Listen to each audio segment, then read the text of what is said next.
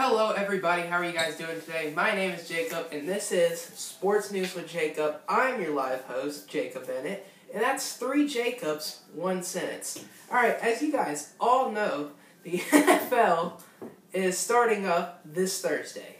Not this Thursday, because today is Thursday, but next Thursday. And I forgot who's playing that day, I kind of blew my mind. But I'm going to start a little series.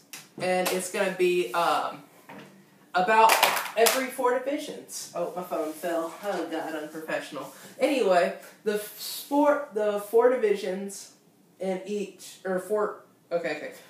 4 divisions in each conference. Alright, and today we are starting with the NFC East because you guys know I'm a huge Cowboys fan. And who doesn't know that? I mean, it's amazing. Who doesn't know me? Anyway, So starting off, we are going to start with the Washington Redskins right here. Alright, so the Washington Redskins, I think, are not going to be that good this year. And there's a couple of reasons why. First off, Kirk Cousins is going to be the starting QB. Now, I'm not dissing Kirk Cousins, but Kirk Cousins is, oh my God, say that 3 times fast, but Kirk Cousins is not the best quarterback. I think that he's in the top 20, maybe top 30, but I don't think he's in the, top 50. I don't think he's in the top 10 or top 15. It would be crazy to say that. And second off, Alfred Morris had a down year last year. The bright spots, they have Deshaun Jackson. Their 5th overall pick, Brandon Scherf, has not been playing that well. And yeah, RG3 got just destroyed behind that terrible offensive line, and that's something that you need to address as a team, is an offensive line that can actually block, because all the great teams throughout the years have had great offensive lines. So taking that into account, you need an offensive line to succeed.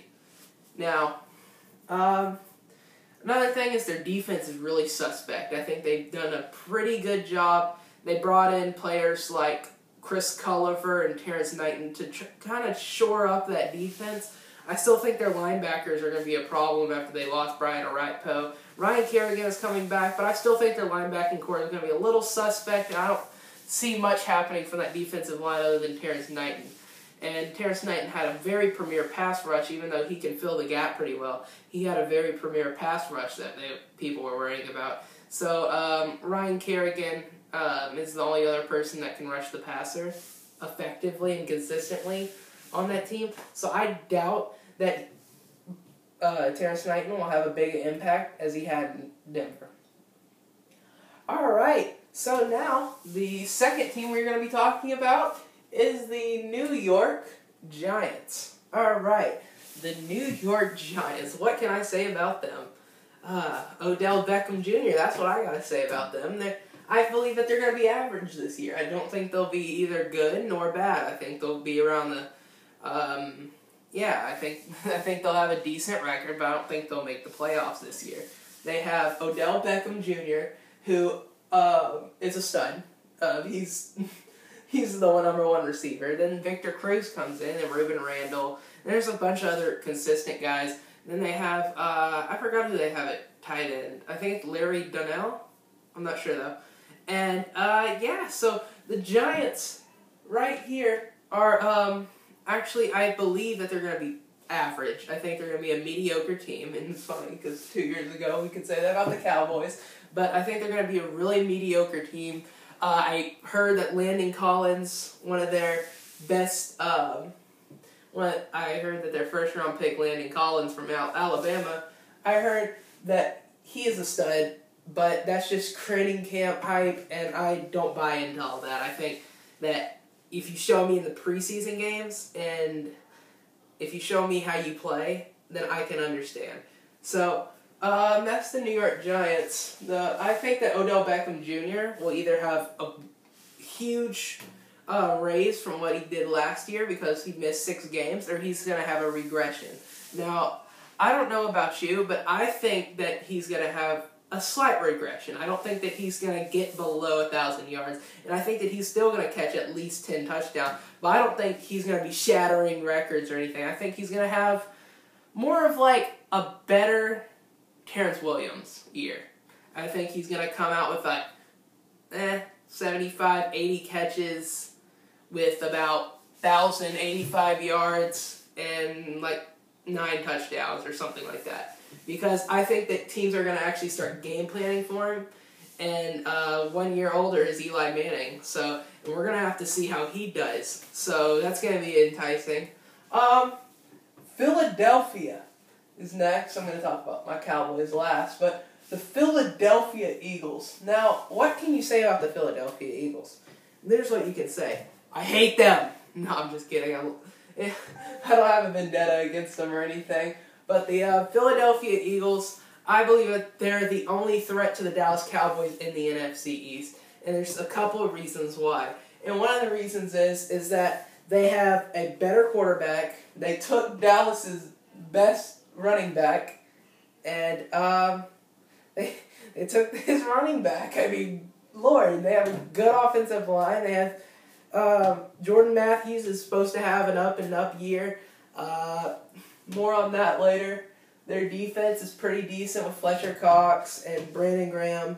And I think they shored up some of their secondary problems, but I don't think they shored up all of it. Byron Maxwell, he played next to Richard Sherman, one of the best in the game.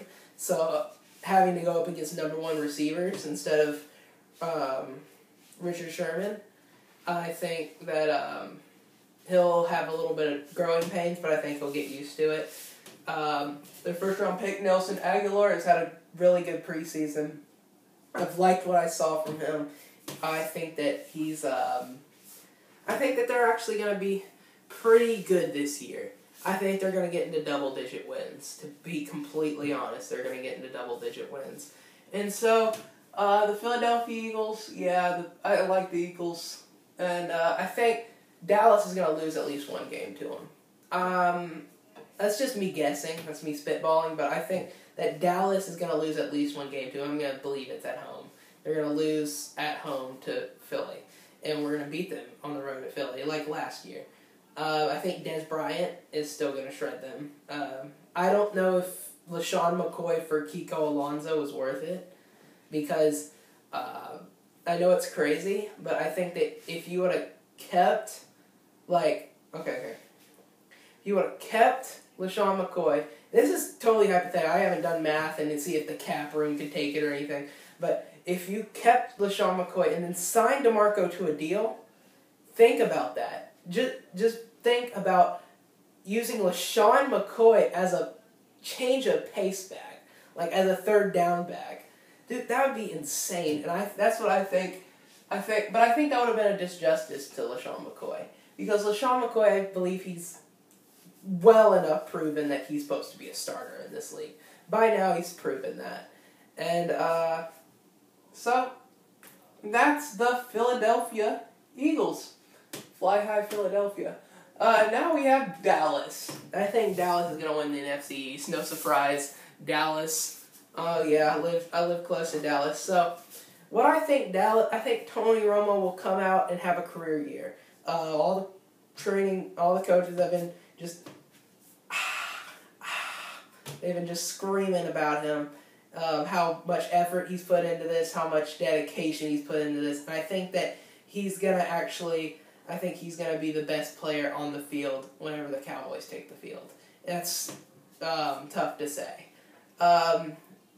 I saw him in the Vikings preseason game, and he played an extraordinary game. He had 2 drives and 2 touchdowns, and both of them, like that throw to Lucky Whitehead, who I also think is going to be pretty good. Throw to Lucky Whitehead, I just believe that was amazing. I like that. I really did, and I think that's just signs to come from Tony Romo.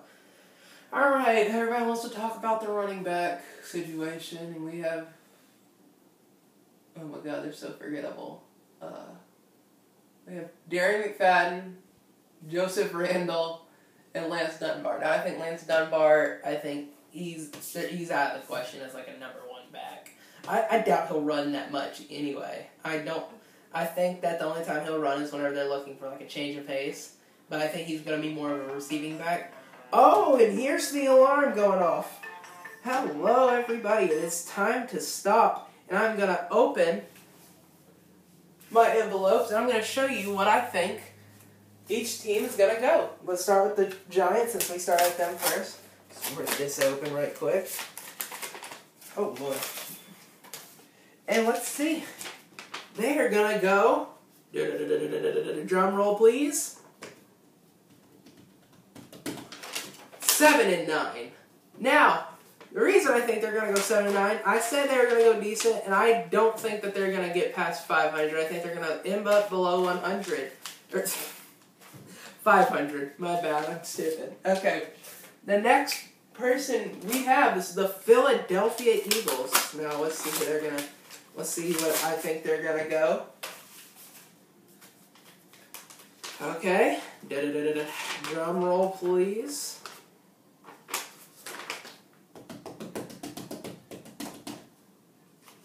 $10-6. I think the Philadelphia Eagles are going to get the double-digit mark, but I don't think that they'll. Get past double digits. So, yeah. Next one up is the Washington Redskins. Oh, and I dropped it. Very unprofessional. I'm sorry. But I can't be perfect, okay? Okay, so... Oh, God. This is awkward. But, okay. And I think they're going to go 4-12. I think they're going to have a terrible year. They're going to actually... I don't think that they'll actually have a great year. So, yeah. And last part is the Dallas Cowboys. When are they going to go? They are going to go. Can I get a drum roll, please? I'm not famous enough to have a drum roll yet. They're going to go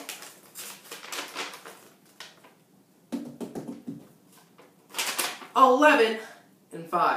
I think they're going to win the NFC East, advance to the playoffs. I don't think they're going to win a Super Bowl or anything catastrophic like that. But thank you guys so much for watching. It really means a lot to me. I'm trying to get my name out there in the sports broadcasting world, so thank you guys so much for watching. If you would, click the like button, subscribe, comment, whatever you want to do. And if you want me to talk about a new topic, like I can talk about the NBA, I can talk about soccer. I can't really talk about baseball that much because I don't know much about it. But I can talk about a lot of stuff for you guys. So if I'm going to be uploading every day this week in preparation for the NFL. So thank you guys so much for watching again, and have a nice day. This has been Jacob Bennett, and I am out.